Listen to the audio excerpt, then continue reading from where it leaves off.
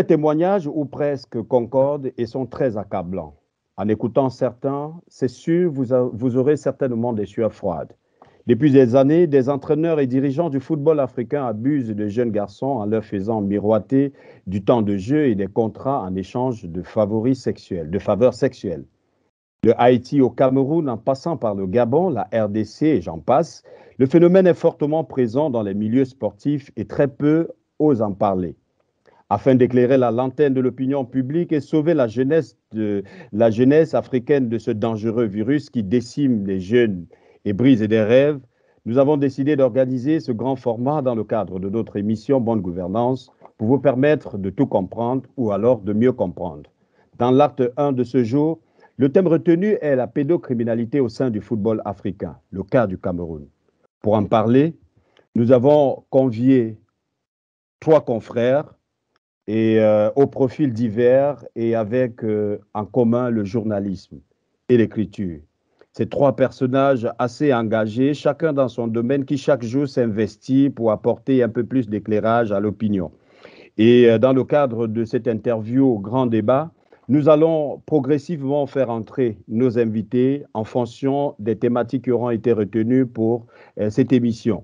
Et le premier d'ailleurs, parce qu'il est important de rappeler pour ce qui concerne les thématiques que nous avons retenues, 3 axes majeurs dans le cadre de ce grand débat. Le premier point nous permettra d'analyser la dernière enquête publiée par M.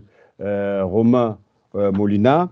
Et le deuxième axe de ces débats sera axé sur le point sur les faits dénoncés au Cameroun, parce qu'on le sait que depuis la publication de cette enquête, des voix se lèvent au Cameroun, certaines pour dénoncer, d'autres pour contester, essayant quelquefois de protéger les présumés coupables, on en parlera. Et la troisième partie de cet entretien sera consacrée aux conséquences et responsabilités dans le cadre de cette pratique, combien insalubre et même dangereuse pour le développement du sport en général et du football en particulier en Afrique. Mesdames et messieurs, bonsoir et merci d'être toujours fidèles au programme de l'Afrique d'une seule voix. Bonne gouvernance de ce numéro vous offre un format hors série dans le cadre du grand débat. Le premier invité de ce soir est M. Romain Molina. Il est journaliste d'investigation et écrivain. Né le 3 mai 1991 aux Andes-Océans, en Isène, il est journaliste d'investigation français indépendant résidant en Espagne. Il s'est notamment fait connaître par ses livres sur le football et par son travail d'enquête sur certaines dérives et scandales cachés au sein du monde du football national et international, ayant notamment impliqué certains dirigeants de des fédérations ou de la FIFA.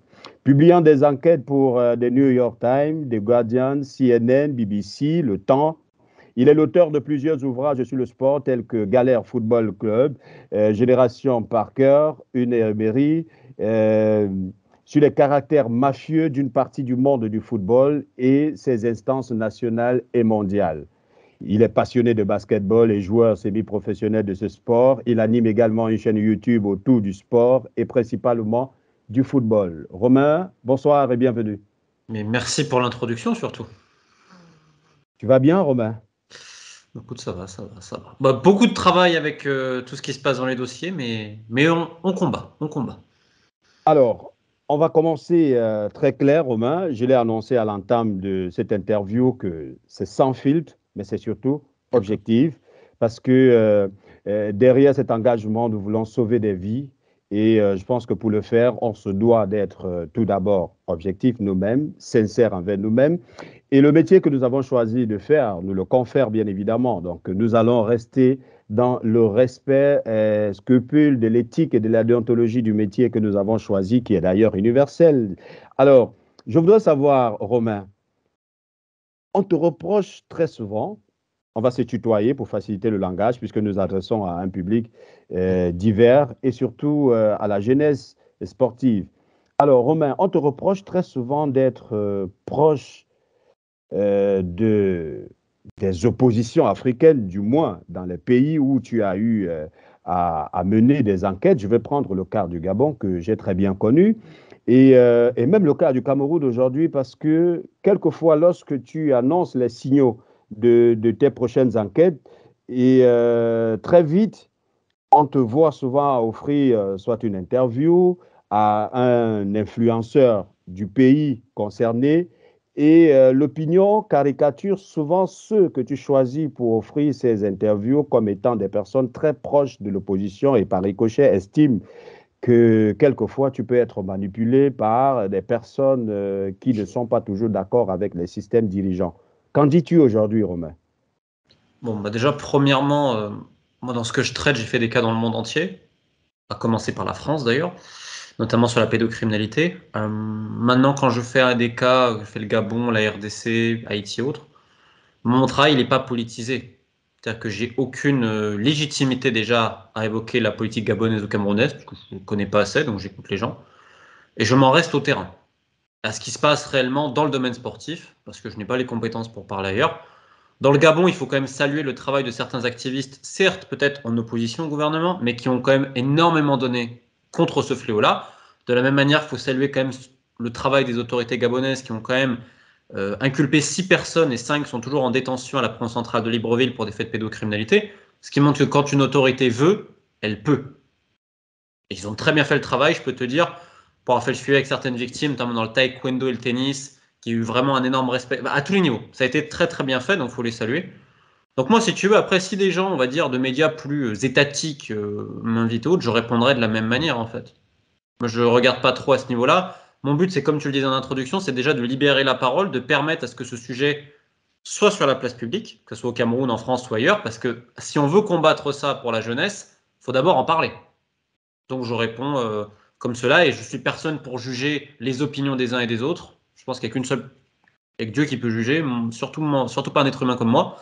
Donc c'est pour ça que la première fois, j'accepte toujours. Donc si un média étatique m'invitait, de la même manière, je répondrai oui. Alors, peut-être avant de prendre notre deuxième invité, alors, pourquoi le cas du Gabon? On vous a vu discuter avec un influenceur très pro de l'opposition, Badekon en chef. Ouais. Pour le cas du Cameroun, on vous a vu discuter avec Boris Botol, Ouais. qui est caricaturé comme, bien que journaliste, mais très proche de l'opposition. Je voudrais juste savoir, quelques secondes, Romain, sous quelle base tu fais le choix de tes premières sorties lorsque tu es sous le coup d'une enquête aussi importante que celle de la pédocriminalité au sein du football africain? Bon, déjà, tous mes entretiens et interventions, elles se déroulent après publication dans un média international. Pour le Gabon, c'était dans le Guardian. Pour le Cameroun, c'était dans Blast. Après, ça dépend des demandes que j'ai. Si tu veux, des fois, j'ai RFI ou autre, hein. Alors là, c'était pas le cas pour le Cameroun, mais pour le Gabon, j'ai fait France 24, j'ai fait TV5 Monde. Et le Batco en chef, donc Yann, m'avait contacté, etc. Et donc j'avais dit oui, tout simplement, parce que j'aimais la démarche. Moi, encore une fois, et on pourra entendre, j'ai jamais politisé un de mes discours. Moi, je reste de la même manière, je reste à mon domaine. Je vais pas m'improviser autre chose. Et vis-à-vis du Cameroun, j'ai pas reçu d'autres demandes, en fait. Là, toi, par exemple, prends ton exemple. Tu as voulu qu'on fasse ça, j'ai dit oui. J'ai dit ok, la démarche, moi ça me va. Encore une fois, je suis personne pour juger. Et de la première fois, je parle avec tout le monde. Et mon travail n'est pas contre un État ou autre, parce qu'encore une fois, j'ai absolument pas les compétences et la légitimité pour parler de ça. Voilà, alors nous allons donc prendre notre second invité de ce jour. Merci Romain d'avoir aussitôt accepté de te prêter à ce jeu. Voilà. Alors notre deuxième invité de ce soir, mesdames et messieurs, est journaliste, écrivaine et entrepreneur.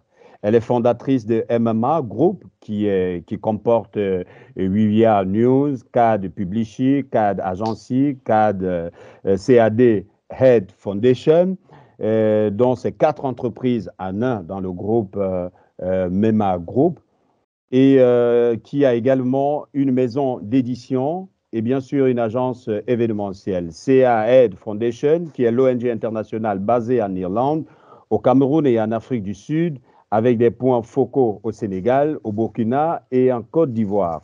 Elle est également l'auteur de ma version des faits, Histoire d'une vie, dans laquelle elle raconte le viol en milieu familial dans ce livre.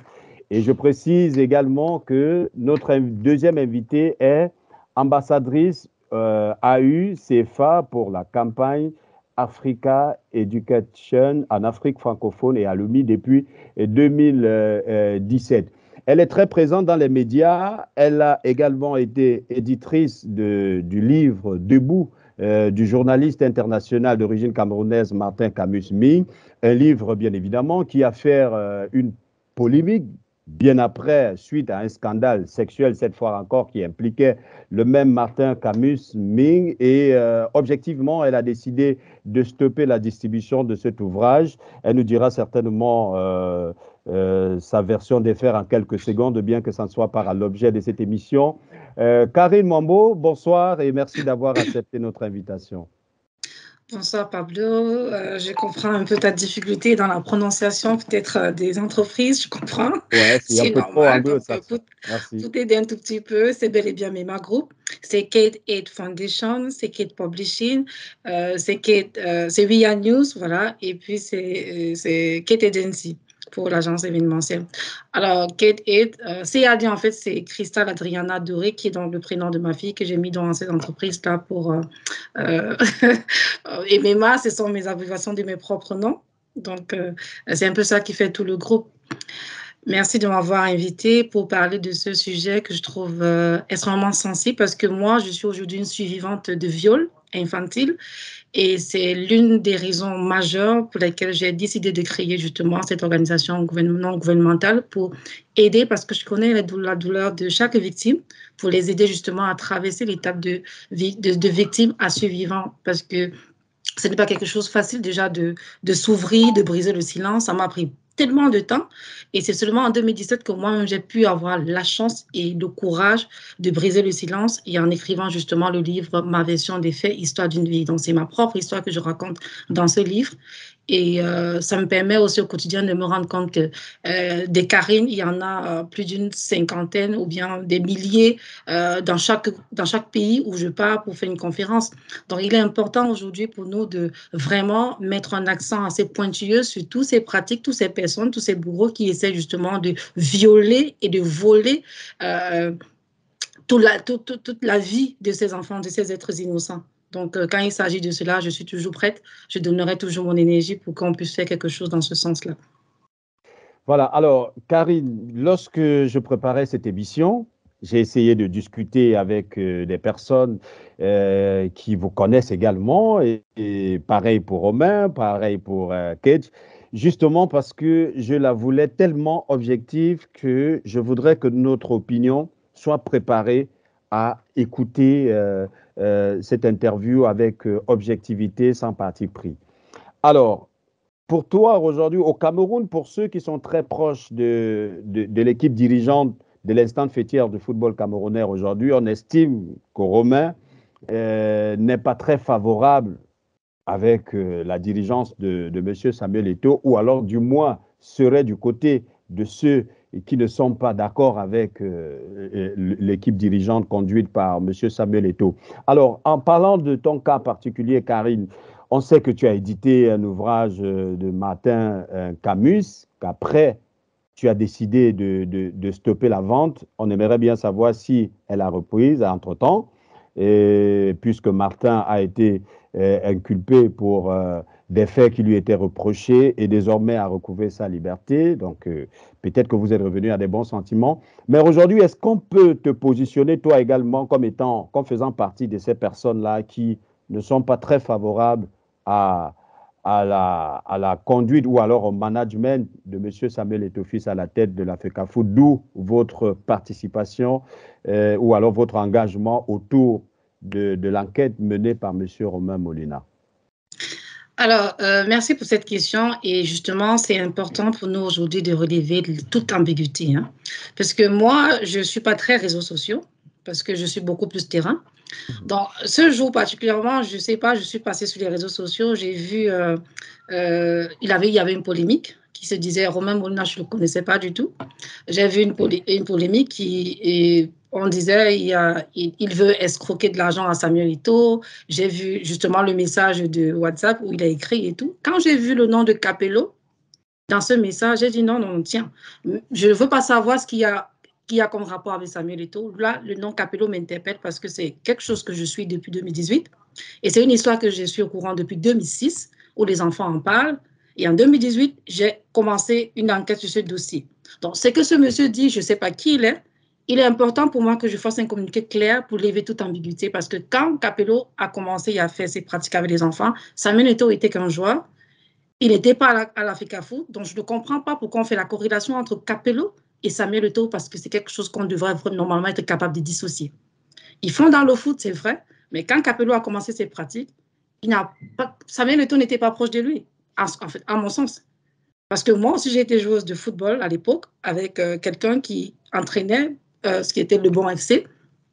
Capello a commencé avec les jeunes garçons. Je ne sais pas s'il a pu tenir avec une équipe de femmes, mais moi, je fais partie de l'équipe des femmes de Le Bon, donc je connais très bien qui est Capello. J'étais à Bafoussam, j'y ai grandi. C'est une ville qui me connaît très, très bien.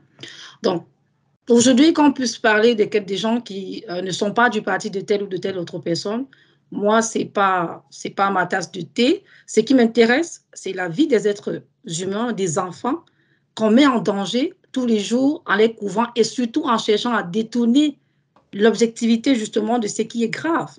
On parle quand même d'un scandale sexuel qui sévit depuis près de 25 ans. Alors, Samuel Eto'o n'avait pas l'intention d'être à l'Africa Foot depuis plus de 25 ans. Peut-être, mais il ne l'avait pas montré. Donc, il n'était pas proche de Capello.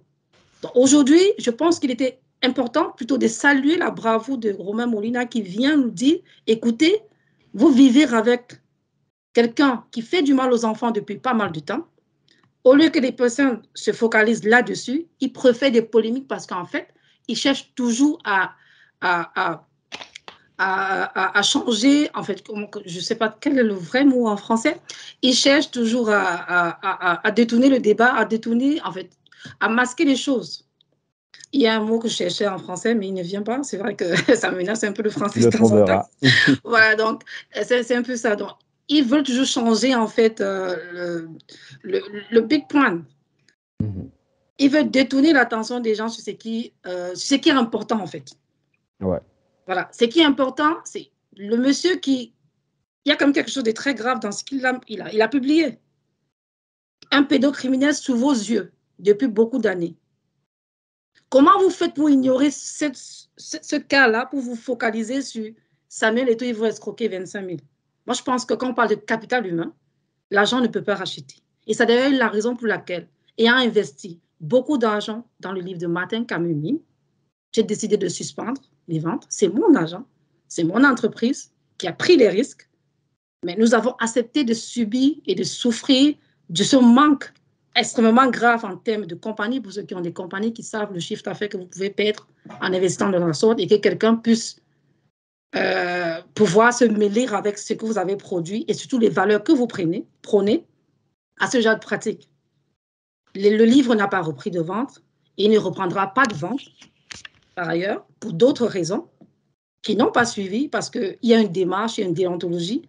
Vous avez parlé, vous avez fait mention du fait que, en fait, tu as fait mention du fait que j'étais justement ambassadrice pour EUCFA, qui est dans un sous-organe de l'Union africaine. Le CFA, c'est le Centre international pour l'éducation de la femme et de la fille en Afrique, dont je suis ambassadrice Afrique francophone et je suis alumni depuis 2017. Alors, cette campagne, justement, visait à éduquer la jeune fille. Et moi, j'ai instauré aussi le fait qu'il fallait éduquer le garçon parce que j'ai eu beaucoup de retours sur le fait que les garçons aussi étaient violés. Les garçons étaient abusés, non pas seulement par les hommes, mais aussi par les femmes. Donc, si quelqu'un ne rentre pas dans cette logique où il faut défendre les plus vulnérables, alors il doit être exclu de tout ce qui concerne Mema Group. Ça, voilà. C'est même pas pardon, c'est même l'un des critères pour faire partie de l'équipe. Voilà, ces valeurs humaines. Du coup, tu ne pardonnes pas à Martin, non, malgré le fait qu'il est plus. On peut pardonner à quelqu'un si la personne ne se focalise pas sur... Si la personne ne cherche pas à s'attaquer sur les gens qui ont fait en sorte que je sois en prison. Il faut se focaliser sur pourquoi est-ce que je suis en prison, pourquoi je suis tombée. Si vous ne vous posez pas la question de savoir pourquoi est-ce que je suis tombée pour changer, ça veut dire que vous ne changerez jamais en fait. Voilà. Donc, il y a une démarche à suivre.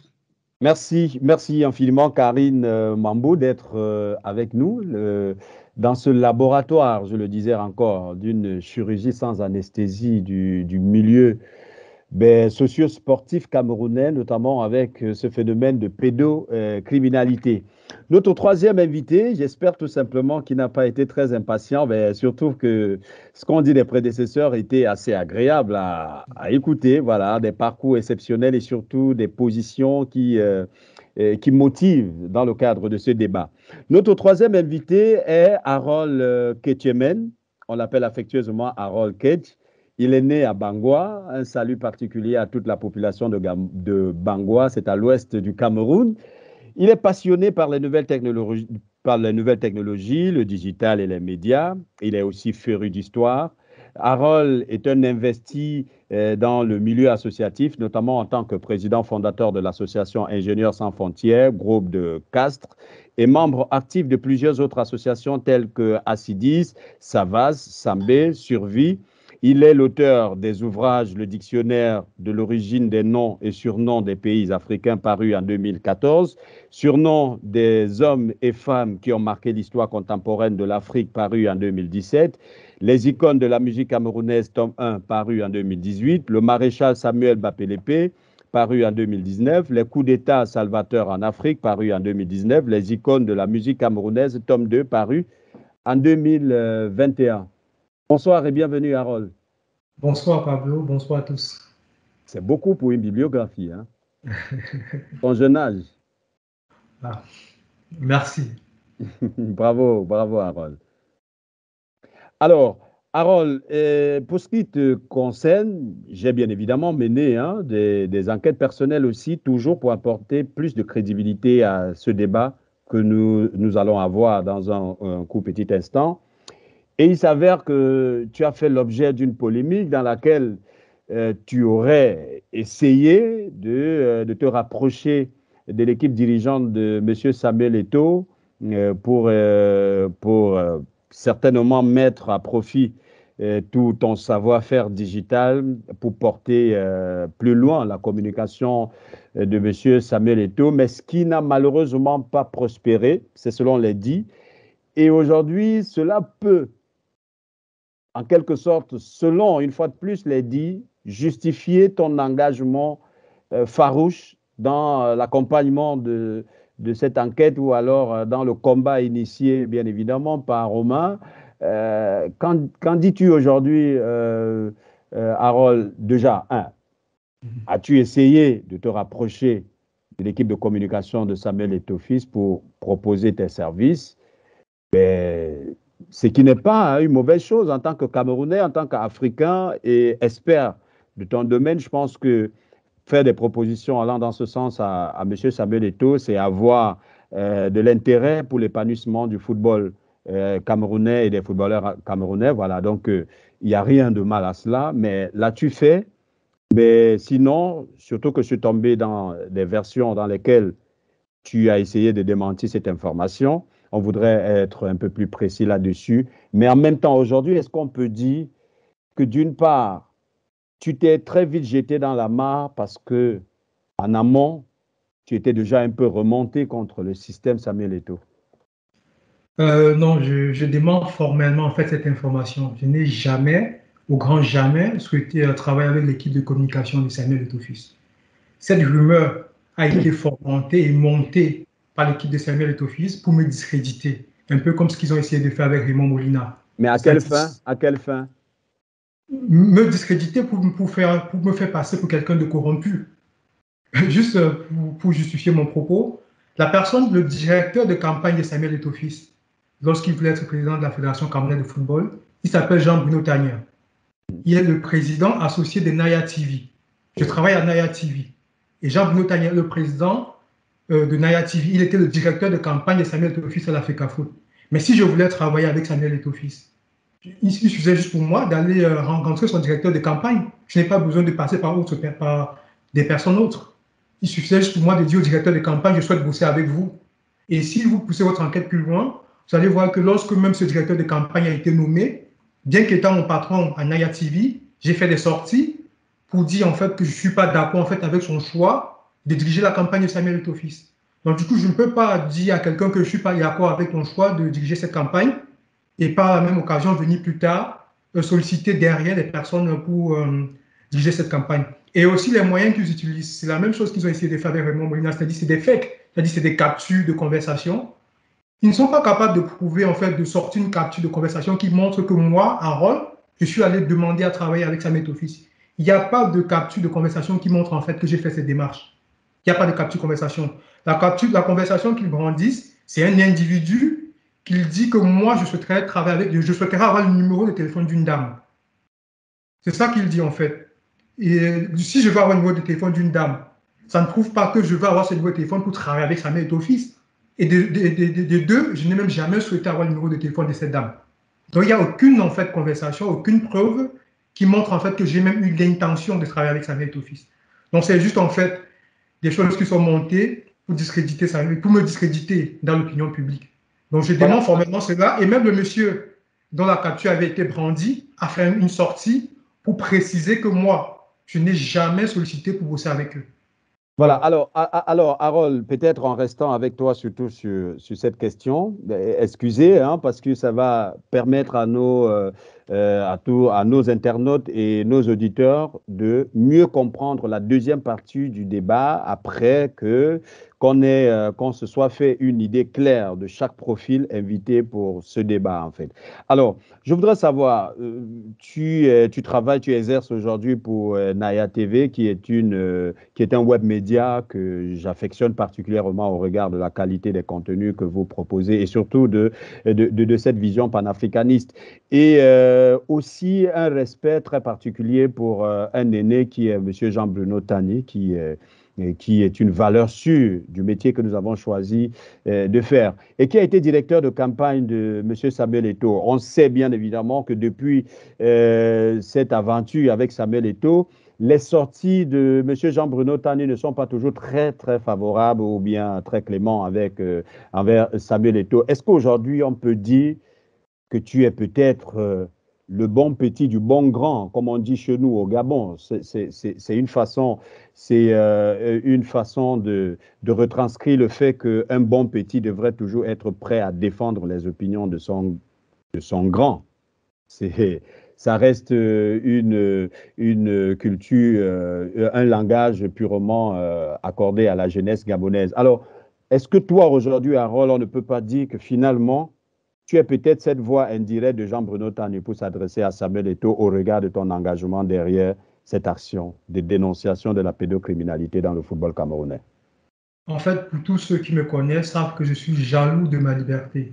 Personne ne me contrôle, je suis jaloux de ma liberté. Et je ne peux pas être le bon petit de Jean-Bruno Tani, puisque je vous dis que lorsqu'il défendait Samuel Eto'o, lorsqu'il menait la campagne de Samuel Eto'o-Fils, j'étais contre lui.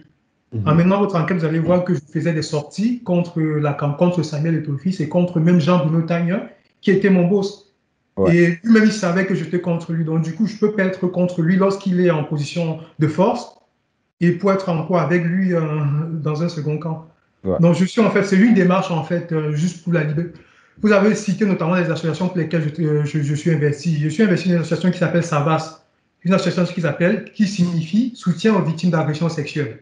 C'est juste en fait dans la continuité. Ouais. Et si vous avez poussé aussi vos enquêtes, vous allez aussi vous rendre compte que dans le dossier même Martin Kamumine, je fais partie de ceux qui avaient porté le combat et la lutte contre Martin Kamumine pour qu'il puisse payer, en fait, ou bien pour qu'il puisse payer par rapport à ce qu'il avait fait. Ouais. Donc, en fait, c'est dans la continuité. Je m'inscris dans la continuité de mes combats. Je ne défends pas des personnes, je défends en fait des idéaux, en fait. Je défends des valeurs, je ne défends pas de personnes.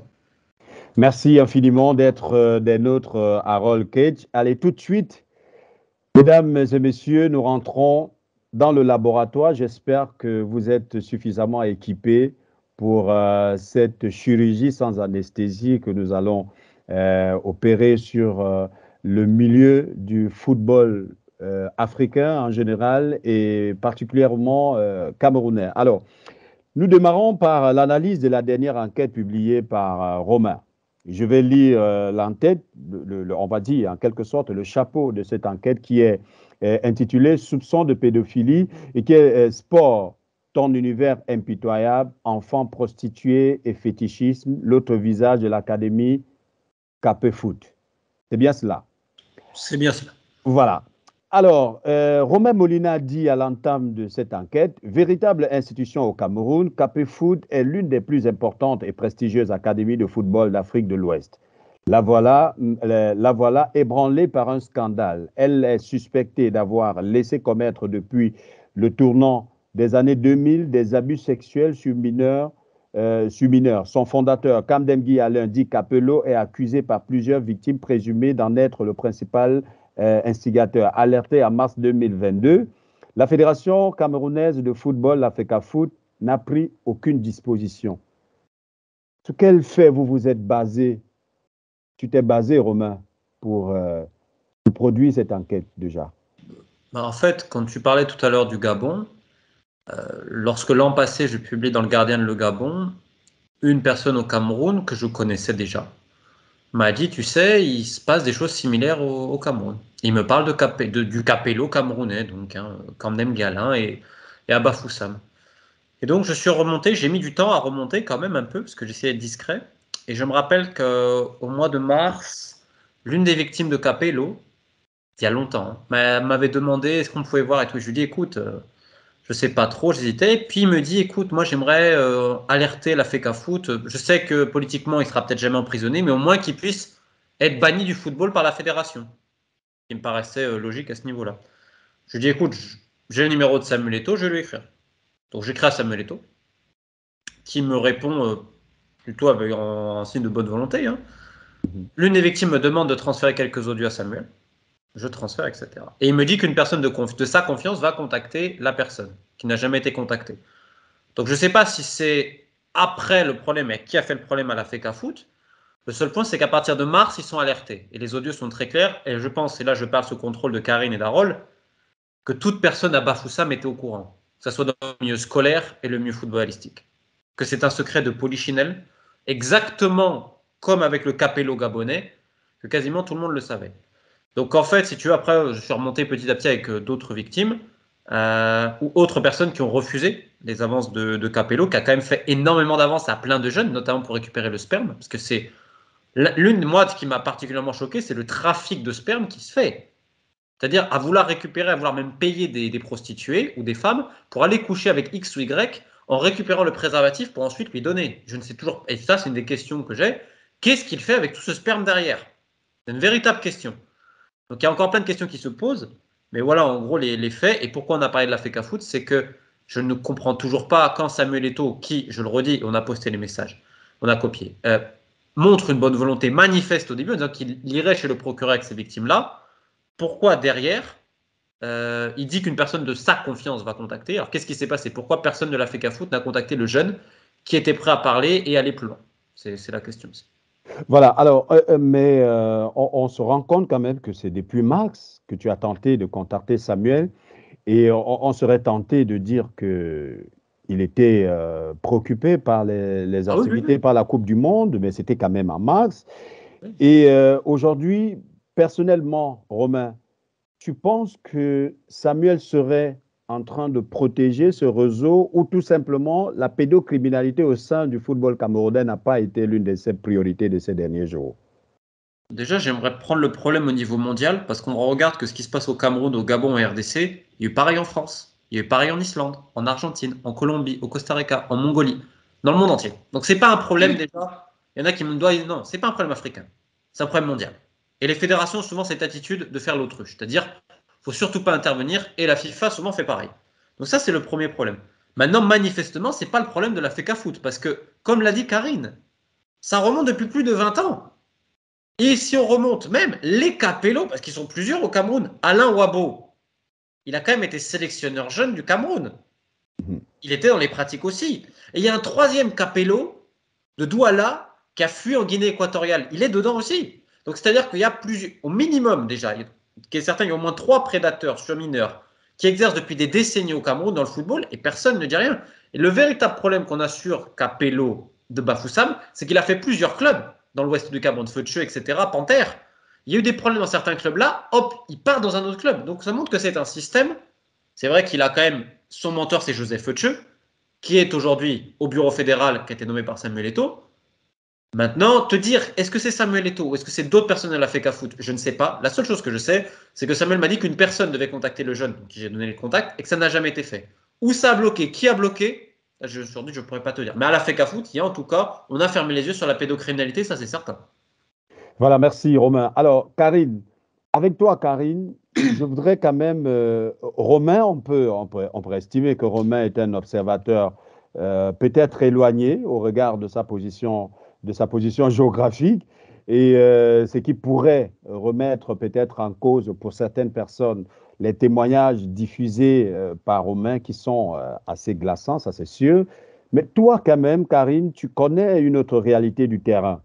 Si je devrais te demander de me donner ton avis, comment est-ce que l'enquête de Romain est perçue au Cameroun et quel rapport tu établis entre cette enquête faite d'un journaliste d'investigation reconnu dans le domaine et les remontées ou alors les retours du terrain et même des réalités que tu as connues par le passé? Bon, disons que j'ai eu quelques retours, à moins des journalistes qui sont à Bafoussam, parce que j'ai exercé à Bafoussam bien avant de partir dans d'autres villes du pays, avant de quitter le Cameroun. Et ils ont un sentiment de honte. Certains me l'ont avoué, que mais comment est-ce que c'est quelqu'un d'à côté qui est très loin, qui vient justement nous faire savoir des choses qui sont sous nos nez. Et ce qui nous choque, c'est que toi, notre consoeur, tu le sais et tu mènes l'enquête toute seule. J'ai dit, ben, parce que tout simplement, vous êtes nombreux qui aimez ce qu'on appelle la mangeoire. On est journaliste avec Harold, on sait un peu comment ça se passe au Cameroun et je ne voudrais pas, pour quelque raison que ce soit, pour des personnes qui sont peut-être corrompues, de venir s'y agripper et qu'ils me gâchent complètement tout le travail qu'on a bas. Comme je l'ai dit, ma démarche est très simple. Il ne suffit pas seulement de dénoncer. Il faut aussi déjà être capable de savoir qu'on ne peut protéger ceux qui vont décider de témoigner, donc les victimes. C'est la raison pour laquelle depuis 2018, parce que moi personnellement, j'ai reçu des menaces par rapport à ce dossier de Capello. Je l'ai suivi pour la première fois en 2006. J'ai cru à une rumeur parce que personne ne me disait concrètement ce qui se passait. Les gens murmuraient. Mais en 2018, quand je suis revenue, parce que je passais justement à la télé pour faire la promotion, pas pour faire la promotion, mais pour parler de ce problème de viol infantile, où je parlais de mon cas et parler de mon livre, il y a beaucoup de langues qui se déliaient. Et quand je suis revenue à Bafoussam, je posais la question aux jeunes qui ont fait du foot, parce que moi, j'avais une envie de rejouer au foot le dimanche avec eux. Et c'est comme ça que j'ai réappris des choses. Je me suis dit, non, cette fois-ci qu'on en parle, ça peut plus être une rumeur, on entretient un peu une rumeur pendant tout ce temps. De 2006 à 2018, ça fait quand même beaucoup, ça fait un grand gap. Et donc, j'ai pris l'affaire au sérieux. Je suis allée rencontrer certaines autorités. J'ai posé le problème. Ils m'ont dit, écoute, sans preuve palpable, on ne peut rien faire. Sauf qu'il y a quelqu'un d'autre qui m'a appelé pour me dire, non, tu ne peux rien faire parce que c'est un réseau large, toujours une autorité. C'est un réseau large, il faut bien te préparer parce que sinon, ça va te prendre la tête. Et 3 jours après, j'ai justement commencé à avoir des appels anonymes. Donc, j'ai reçu, comme je disais, des appels anonymes qui m'interdisaient formellement de parler de cette affaire de Capello. Et donc, je ne pouvais pas, en ce moment-là, me permettre de mettre des personnes que je ne suis pas sûre qu'elles sont dignes de confiance sous le coup. Et je suis allée à l'Union africaine, j'ai échangé avec une cellule qui s'occupe justement aussi de la protection des enfants, qui s'appelle ACER. Ils m'ont dit qu'ils étaient sur un dossier aussi de viol au Cameroun, où c'est une autorité qui avait violé son enfant et la femme ne pouvait pas faire grand-chose parce que c'était eux le pouvoir. Et il fallait justement que ce soit eux externes, de façon externe, qui prennent en charge le sujet. Ils m'ont dit, voilà la démarche, tu vas essayer tant que tu peux de voir avec les victimes, celles qui pourront se décider finalement de parler. En ce moment-là, on aura de quoi porter plainte. Et en 2020, je devrais être au Cameroun normalement avec le problème de Covid. Ça m'a un peu fauché, je ne suis plus allée. Et après, on a eu presque 2 ans de Covid et tout. Et donc, je travaillais toujours en amont pour me dire un jour, je vais pouvoir me décider peut-être en 2023 qui commence et aller au Cameroun pour cette affaire. Et donc, du coup, quand Romain, il a ressorti le truc, j'ai dit, mais tiens, apparemment, Dieu est vraiment le Dieu des victimes est vraiment avec nous cette fois-ci. Je pense que c'est le bon moment de frapper fort d'aller dans le même sens de Romain, de soutenir Romain dans la démarche, de voir toutes ces personnes, donc les Harold, ils sont nombreux sur la toile qui, justement, je sais qu'ils sont de bonne foi, je sais que c'est des personnes qui sont vraiment entièrement et dévouées à toutes les personnes vulnérables, et donc comme moi, donc c'est des personnes dignes de confiance. Pour ma part, donc je n'ai même pas réfléchi. Si je dois partager n'importe quelle information avec eux, je n'hésiterai pas parce que je sais que c'est des personnes fiables. Mais des gens qui étaient sur le terrain, je suis désolée de le dire ainsi, mais je n'avais pas cette même facilité à partager des informations avec ces personnes parce que j'ai travaillé avec pas mal et je sais qu'il y a souvent eu des choses que moi, je ne supporte pas particulièrement. Parce que pour moi, on ne m'achète pas. Il faut être quelqu'un de valeur. Comme je disais encore en amont, le capital humain ne s'achète pas. Je préfère me retirer, je préfère même mourir que de vendre mon âme, entre guillemets, ou alors de me faire passer pour ce que je ne suis pas. Non, je ne préfère pas. Donc il y a eu ce problème. Donc, Romain, c'est vrai, il est loin, mais ceux qui sont là, et ce qui me choque en plus, c'est que je ne pointerai pas beaucoup la FECAFOOT, moi, je pointerai le ministère en charge de la famille au Cameroun. Et c'est une dame qui est ministre. Je suis davantage brisée et meurtrie parce que Merci, Karine. Elle ne pourra pas me dire qu'elle n'a pas compris. Oui. Pardon? Je dis, on parlera des responsabilités, je vous le promets. Voilà, donc je voulais juste qu'on ne se focalise pas sur Samuel Eto'o et de la FECAFOOT parce qu'après, ils voudront toujours parler de ce qui les arrange. Parce que quand on parle de Samuel Eto'o au Cameroun, c'est comme si on a versé du pétrole sur des personnes, ça va de partout et puis on oublie l'essentiel. Moi, je n'aimerais pas qu'on aille trop dans le sens, c'est mon avis, hein, dans le sens de Samuel Eto'o, la FECAFOOT, oui, parce que on parle quand même du football. On pourra aussi parler de la FIFA, c'est vrai, mais j'aimerais aussi qu'on parle d'abord de la famille, des valeurs, des autorités en charge. Ouais. Voilà. Pour remonter le problème. Merci Karine Mambo d'être avec nous et surtout de nous permettre de tout comprendre sur cette question. Alors, Harold Kedj, avec toi, Harold, je voudrais quand même qu'on s'intéresse à ces témoignages glaçants diffusés par Romain. Et je profite d'ailleurs de l'occasion pour saluer tous ces influenceurs camerounais qui s'investissent pour amplifier ce message. Je pense notamment à l'artiste activiste général Valsero qui s'y est mis à fond, bien évidemment. Mais je voudrais qu'on s'intéresse à un aspect, Harold. On a vu après la sortie de général Valsero, suite à la publication de l'enquête par Romain, et suite également à son entretien avec Boris Bottol, une contre-offensive qui est née en fait. Aujourd'hui, je pense que en tant que journaliste, nous avons la capacité d'analyser et de décrypter certains faits.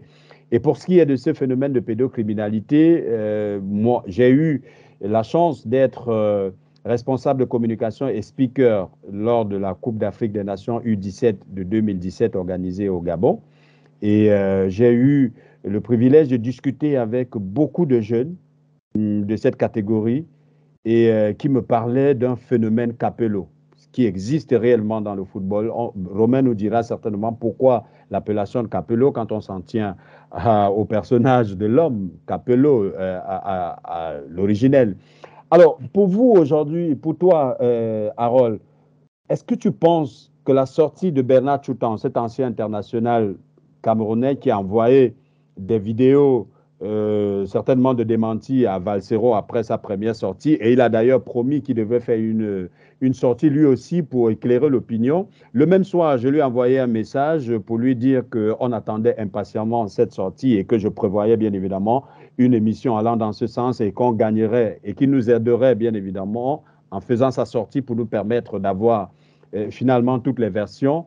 Et malheureusement, je suis un peu dans le regret aujourd'hui de savoir que la sortie n'a jamais eu lieu, à en croire que je lui ai tellement mis de pression que peut-être il a décidé de renoncer, parce que je me souviens dans un des messages dans lequel je lui disais de faire très attention à ce qu'il aurait à dire lors de cette sortie, et finalement, elle n'a plus eu lieu.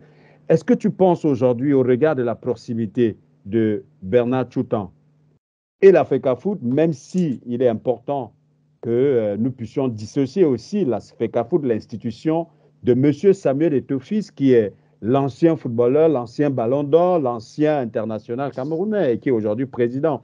Est-ce que tu penses, Harold, qu'il y a une volonté de distraire l'opinion, comme le disait Karine, afin de préserver ce réseau? Si on s'en tient à la sortie foirée de Bernard Choutan et la diffusion de ces vidéos qui ont été plus tard très vite démenties par un autre ancien sociétaire de ce centre de formation qui remet presque à nu la machination qui a été faite autour. Harold.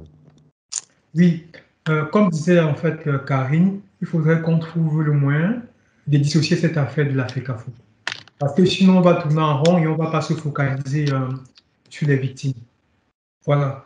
Par rapport donc à Bernard Choutan, je veux d'abord préciser que moi, j'ai échangé avec Capello. Hein. Dès que j'ai fait ma sortie sur ce sujet, Capello m'a appelé au téléphone. Très bien. Pour me parler de ça et tout. Et j'ai eu quelqu'un au téléphone qui était très serein. Il était excessivement serein. Il semblait en fait savoir sur quoi il compte. Ça veut dire qu'il a des protections, il a des soutiens en fait à un niveau très élevé qu'on ne peut même pas imaginer.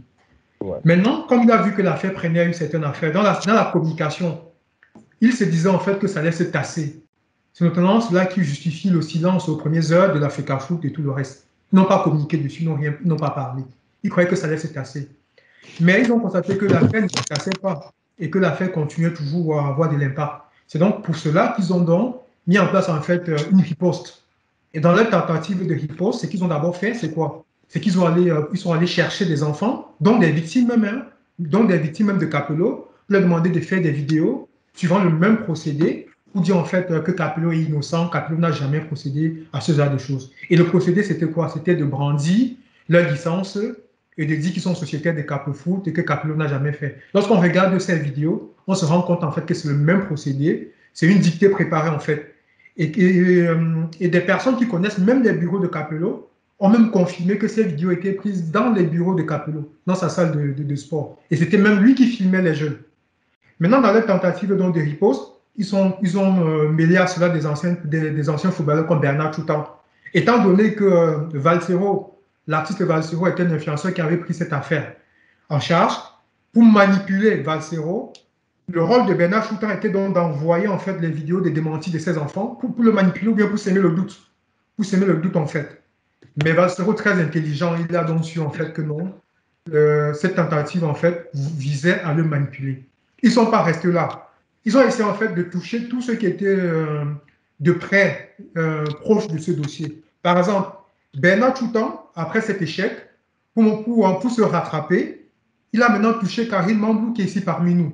C'est-à-dire qu'il est allé sur la télé, sur le média le plus écouté au Cameroun, Equinox TV, pour dire en fait qu'il travaille avec Karine Mambou sur ce dossier depuis 2018, pour essayer de montrer qu'il a une certaine crédibilité et qu'il connaît le dossier, et pour nier en fait que de par sa maîtrise du dossier, il n'y a jamais eu de témoignage des enfants, allant dans le sens d'incriminer Capello, pour essayer en quelque sorte de blanchir Capello, mais en utilisant l'image de Karine qui, elle, abat un travail phénoménal sur le terrain. Vous voyez jusqu'où il allait. Et maintenant, suite à cela, Karine s'est donc sentie obligée, peut-être elle va parler, elle s'est sentie obligée de faire un démenti, un communiqué, pour démentir en fait qu'elle ne travaille pas avec Bernard Choutan sur ce dossier. Pour montrer en fait que, de leur côté, en fait, ils se disent que le but derrière, c'est de viser Samuel Eto'o-Fils. C'est ce qu'ils pensent. Mais ce n'est pas ça le but, en fait. Le but, ce n'est pas Samuel Eto'o-Fils. Le but, en fait, c'est qu'il y a quelqu'un ou bien un réseau pédophile qu'il faut neutraliser. Ce n'est pas Samuel Eto'o la personne visée. C'est le réseau pédophile qu'il faut neutraliser. Mais eux, avec ce qui s'est notamment passé au Gabon, ils se disent en fait que si on touche le réseau, puisque d'après les informations qu'on a, le cœur du réseau est même implanté à l'Africafoot. Puisque, comme le disait Romain, Joseph Fetcheux est membre du comité exécutif de l'Africafoot. Il a été nommé vice-président des compétitions nationales et internationales. Et c'est le parrain de Capello, c'est lui qui protège Capello. Donc vous voyez donc que le réseau est au cœur de l'Africafoot. Ils se disent forcément que si on réussit en fait à démanteler le réseau, ils se disent que l'Africafoot doit tomber. C'est donc pour cela en fait qu'ils essaient en fait de nous distraire, de nous éloigner du sujet à chaque fois. On va essayer de monter des affaires comme ils essaient de monter sur Romain, comme ils essaient de procéder avec Karine, pour essayer de nous discréditer. Voilà.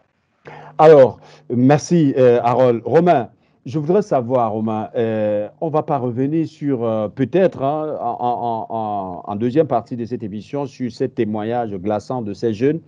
Romain, je voudrais savoir, nous avons écouté Karine, nous avons écouté Harold, et on est clair, et nous sommes unanimes sur le fait que le phénomène Capello existe au sein du football africain. Ça, c'est clair. Le débat n'y est plus parce qu'il y a eu un Capello congolais, il y a eu un Capello gabonais et les mécanismes sont presque les mêmes. Et que ce soit des mécanismes opérationnels dans leur salle besogne ou tout simplement les mécanismes de riposte lorsque le problème est posé. Tout porte à croire que le schéma est le même et que la procédure également est pareille. Romain, pour toi aujourd'hui qui conduit cette enquête, quel est l'intérêt de la FECAFOOT, par voie directe ou indirecte, à vouloir protéger Capello, s'il est vrai, au regard des témoignages qui fusent et même des analyses, des enquêtes journalistiques que nous pouvons avoir, que le phénomène Capello est existentiel au sein du football africain. Quel serait l'intérêt de la FECAFOOT à protéger Capello?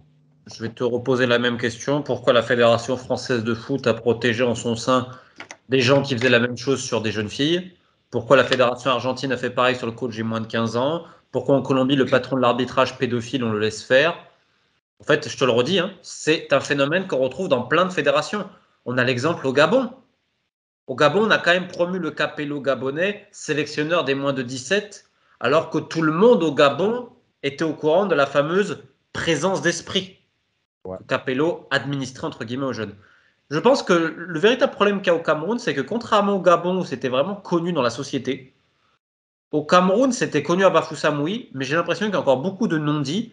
Et je pense que la pelote, on va devoir encore tirer la bobine et qu'on n'est pas au bout de nos surprises dans le réseau camerounais parce qu'il est anormal que Capello soit autant défendu, autant protégé. Et pas uniquement dans le milieu sportif. On peut parler du milieu scolaire, on a parlé du ministère de la Famille tout à l'heure. Tous les appuis de Capello cachent quelque chose. Il y a aussi ce trafic de sperme, on ne sait pas vraiment encore à quoi il est dû. On rappelle qu'il y a plusieurs coachs déjà au Cameroun qui sont là-dedans, dont un a fui, excusez-moi, il était de Douala, il a fui en Guinée équatoriale, il se faisait aussi appeler Capello.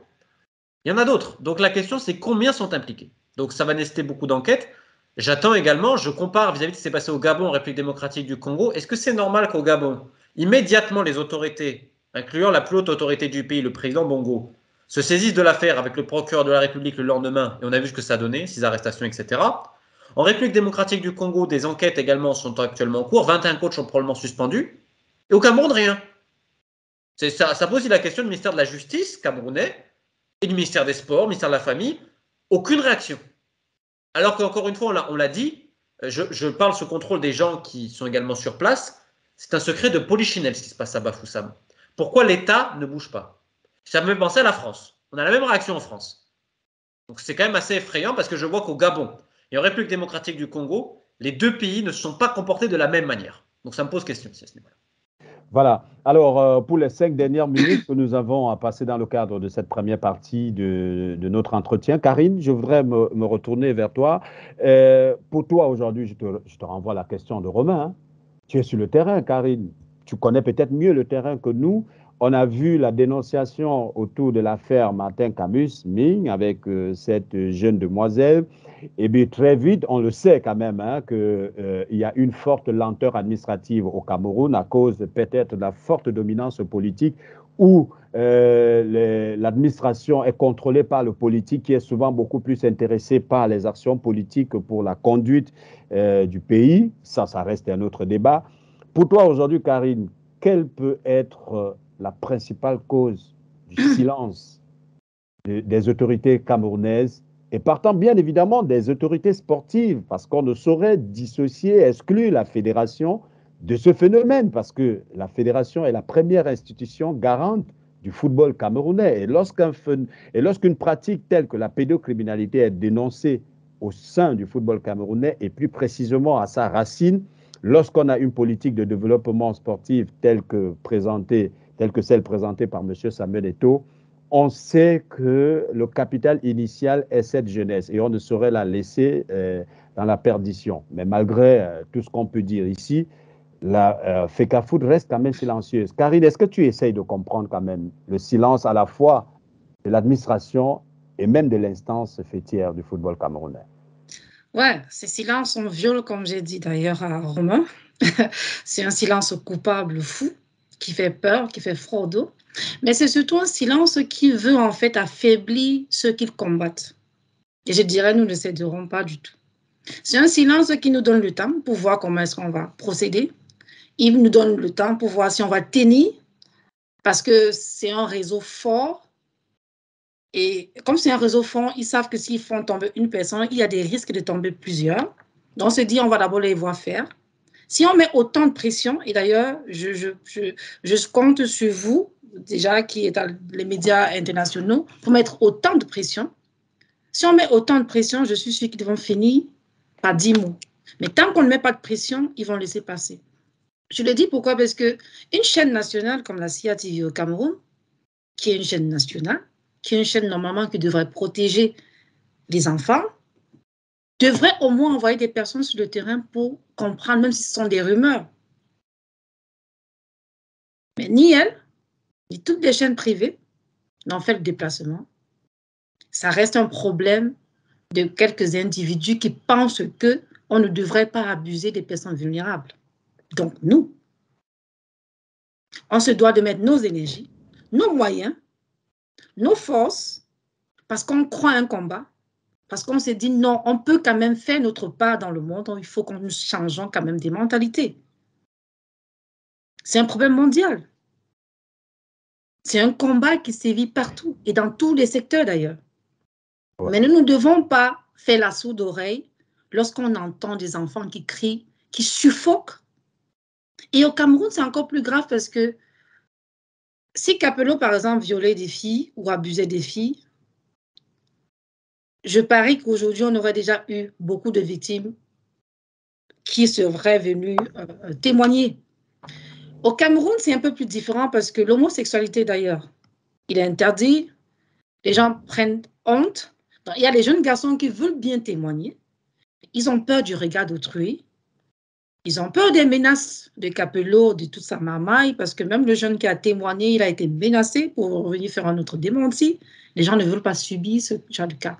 Or, c'est les mêmes autorités, au lieu qu'ils protègent les enfants, sont du côté de Capello, dans une salle, pour menacer un enfant qui a subi des atrocités depuis qu'il a l'âge de 16 ans. Aujourd'hui, il en a 43. Donc, c'est très grave, mais qui préfère encore, même quand il essaie de briser le silence, de le remettre, de le victimiser davantage. Il ne pense pas à la psychologie de l'enfant. Aujourd'hui, devenu grand, mais il est sensible. Il a besoin des soins psychologiques, mentaux. Il peut se suicider. Il se fiche pas mal de cela. Donc, leur procédure, en fait, c'est de nous museler. Je sais dire, oh, vous allez faire tout ce que vous faites sur la toile, vous allez vous calmer. Et après, ça va continuer. C'est pour ça que Capello, d'ailleurs, il est serein. Voilà. Il est très serein, il ne se dérange pas parce que le réseau est là. Mais nous, c'est que je dis, le ministère de la promotion de la famille, dont c'est une dame, on se doit de lui mettre la pression pour qu'elle demande des comptes au ministère de la Justice, pour qu'il puisse, même si on n'a pas de témoignage, faire une enquête sérieuse et ordonnée à ce qu'on l'écoute Capello, parce que Capello ne veut même pas donner une audience à quelqu'un. Aujourd'hui, à notre possession, nous avons des témoignages, donc il ne perd rien à attendre. C'est un coup de gueule que je dis. Et je suis décidée cette fois-ci à la découdre avec lui parce que 25 ans, it's enough. Voilà. Alors, merci. Alors, Harold, j'ai personnellement discuté avec certains joueurs qui sont professionnels aujourd'hui et qui ont été victimes du phénomène Capello et qui en témoignent. Eh bien, c'est pas nouveau, hein, parce qu'avant la sortie de Romain, il y avait eu l'international gabonais Chivas qui avait fait un témoignage dans une église où il évoquait l'affaire Capello, mais le silence demeure. Un silence qui peut s'apparenter un peu complice, Harold. Finalement, il y a des parents aussi, il y a des cas, j'en ai connu, dont les parents étaient informés, mais qui ont préféré garder le silence à cause du rêve international qui leur était vendu pour leur enfant. Est-ce que finalement, Harold, on peut dire aujourd'hui que la société camerounaise tolère, pour rejoindre ceux qui pensent que nos dirigeants sont à l'image du peuple, en fait, que nous avons des dirigeants que nous méritons, en fait. Est-ce qu'on peut dire que le silence des autorités camerounaises aujourd'hui est la retranscription de la tolérance du peuple camerounais face à ce phénomène? Le cas du Cameroun est vraiment très particulier. Pourquoi? Parce qu'au-delà même du silence des autorités, il faut qu'on note aussi le silence des médias. Depuis que l'enquête de Romain est sortie, il n'y a pas un seul média qui s'est penché dessus. Même pas la presse écrite. Même pas, et pourtant, nous avons contacté les médias, hein, que ce soit les radios, les télés, etc. Nous avons envoyé l'enquête, mais aucun n'a eu le courage, en fait, d'aborder ce sujet-là. Donc, ça pose des questions.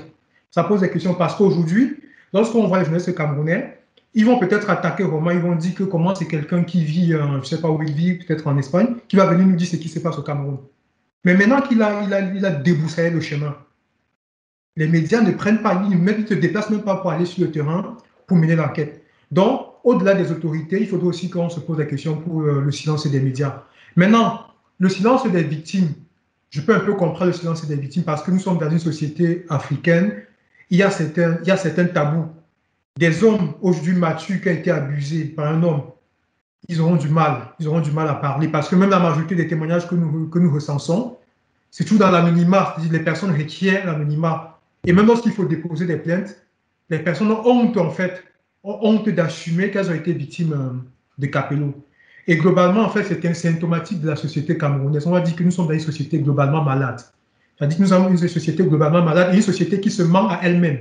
La société est malade, la société se ment, on se complaît à vivre, en fait, dans le mensonge et dans la fiction. Et il faut aussi noter que le silence est aussi lié au fait que nous avons vraiment affaire à un réseau très puissant. Vraiment un réseau très puissant qui est même capable d'éliminer physiquement des personnes.